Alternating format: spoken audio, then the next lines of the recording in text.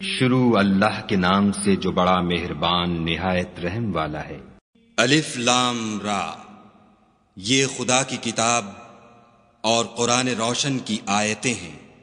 کسی وقت کافر لوگ آرزو کریں گے کہ اے کاش وہ مسلمان ہوتے۔ اے محمد صلی اللہ علیہ وآلہ وسلم، ان کو ان کے حال پر رہنے دو کہ کھا لیں اور فائدے اٹھا لیں، اور طول عمل ان کو دنیا میں مشغول کیے رہے۔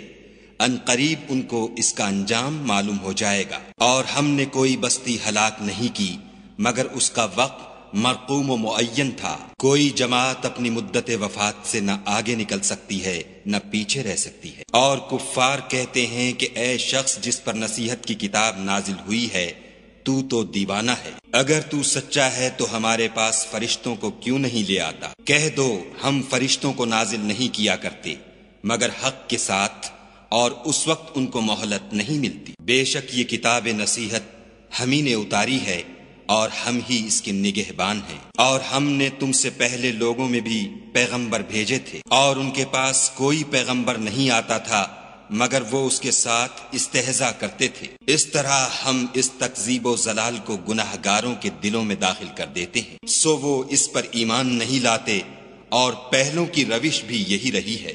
اور اگر ہم آسمان کا کوئی دروازہ ان پر کھول دیں اور وہ اس میں چڑھنے بھی لگیں تو بھی یہی کہیں گے کہ ہماری آنکھیں مخمور ہو گئی ہیں، بلکہ ہم پر جادو کر دیا گیا ہے۔ اور ہم ہی نے آسمان میں برج بنائے اور دیکھنے والوں کے لیے اس کو سجا دیا، اور ہر شیطان راندہ درگاہ سے اسے محفوظ کر دیا۔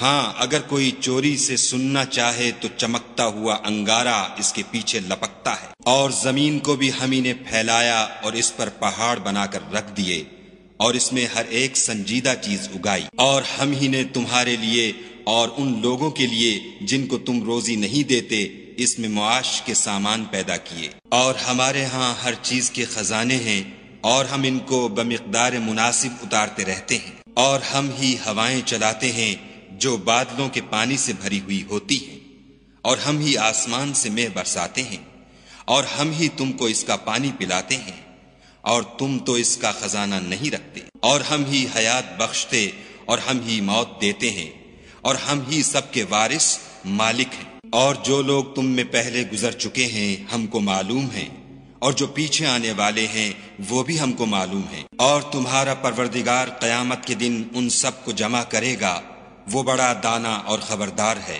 اور ہم نے انسان کو کھن کھناتے سڑے ہوئے گارے سے پیدا کیا ہے، اور جنوں کو اس سے بھی پہلے بے دھوئیں کی آگ سے پیدا کیا تھا۔ اور جب تمہارے پروردگار نے فرشتوں سے فرمایا کہ میں کھن کھناتے سڑے ہوئے گارے سے ایک بشر بنانے والا ہوں، جب اس کو صورت انسانیہ میں درست کر لوں اور اس میں اپنی بے بہا چیز یعنی روح پھونک دوں تو اس کے آگے سجدے میں گر پڑنا، تو فرشتے تو سب کے سب سجدے میں گر پڑے مگر شیطان کہ اس نے سجدہ کرنے والوں کے ساتھ ہونے سے انکار کیا۔ خدا نے فرمایا کہ ابلیس تجھے کیا ہوا ہے کہ تو سجدہ کرنے والوں میں شامل نہ ہوا؟ اس نے کہا میں ایسا نہیں ہوں کہ انسان کو جس کو تو نے کھن کھناتے سڑے ہوئے گارے سے بنایا ہے سجدہ کروں۔ خدا نے فرمایا یہاں سے نکل جا، تو مردود ہے، اور تجھ پر قیامت کے دن تک لعنت برسے گی۔ اس نے کہا کہ پروردگار مجھے اس دن تک مہلت دے جب لوگ مرنے کے بعد زندہ کیے جائیں گے۔ فرمایا کہ تجھے مہلت دی جاتی ہے وقت مقرر یعنی قیامت کے دن تک۔ اس نے کہا کہ پروردگار جیسا تو نے مجھے رستے سے الگ کیا ہے، میں بھی زمین میں لوگوں کے لیے گناہوں کو آراستہ کر دکھاؤں گا اور سب کو بہکاؤں گا۔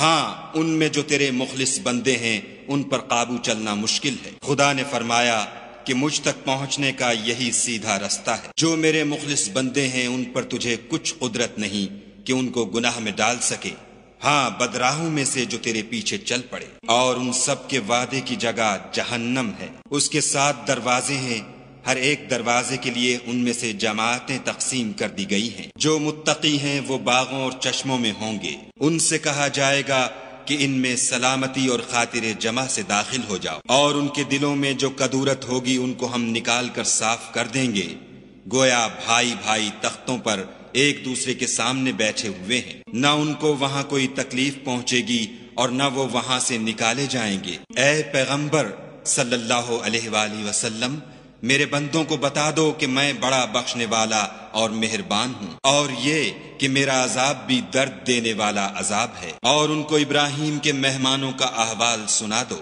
جب وہ ابراہیم کے پاس آئے تو سلام کہا۔ انہوں نے کہا کہ ہمیں تو تم سے ڈر لگتا ہے۔ انہوں نے کہا کہ ڈریے نہیں، ہم آپ کو ایک دانش مند لڑکے کی خوشخبری دیتے ہیں۔ وہ بولے کہ جب مجھے بڑھاپے نے آ پکڑا تو تم خوشخبری دینے لگے، اب کاہے کی خوشخبری دیتے ہو؟ انہوں نے کہا کہ ہم آپ کو سچی خوشخبری دیتے ہیں، آپ مایوس نہ ہوجیے۔ ابراہیم نے کہا کہ خدا کی رحمت سے میں مایوس کیوں ہونے لگا؟ اس سے مایوس ہونا گمراہوں کا کام ہے۔ پھر کہنے لگے کہ فرشتوں تمہیں اور کیا کام ہے؟ انہوں نے کہا کہ ہم ایک گناہ گار قوم کی طرف بھیجے گئے ہیں کہ اس کو عذاب کریں، مگر لوط کے گھر والے کہ ان سب کو ہم بچا لیں گے، البتہ ان کی عورت کہ اس کے لیے ہم نے ٹھہرا دیا ہے کہ وہ پیچھے رہ جائے۔ پھر جب فرشتے لوط کے گھر گئے تو لوط نے کہا تم تو ناآشنا سے لوگ ہو۔ وہ بولے کہ نہیں، بلکہ ہم آپ کے پاس وہ چیز لے کر آئے ہیں جس میں لوگ شک کرتے تھے، اور ہم آپ کے پاس یقینی بات لے کر آئے ہیں اور ہم سچ کہتے ہیں۔ تو آپ کچھ رات رہے سے اپنے گھر والوں کو لے نکلیں اور خود ان کے پیچھے چلیں، اور آپ میں سے کوئی شخص پیچھے مڑ کر نہ دیکھے، اور جہاں آپ کو حکم ہو وہاں چلے جائیے۔ اور ہم نے لوط کی طرف وحی بھیجی کہ ان لوگوں کی جڑ صبح ہوتے ہوتے کاٹ دی جائے گی، اور اہل شہر لوط کے پاس خوش خوش دوڑے آئے۔ لوط نے کہا کہ یہ میرے مہمان ہیں، کہیں ان کے بارے میں مجھے رسوا نہ کرنا، اور خدا سے ڈرو اور میری بے آبروئی نہ کیجو۔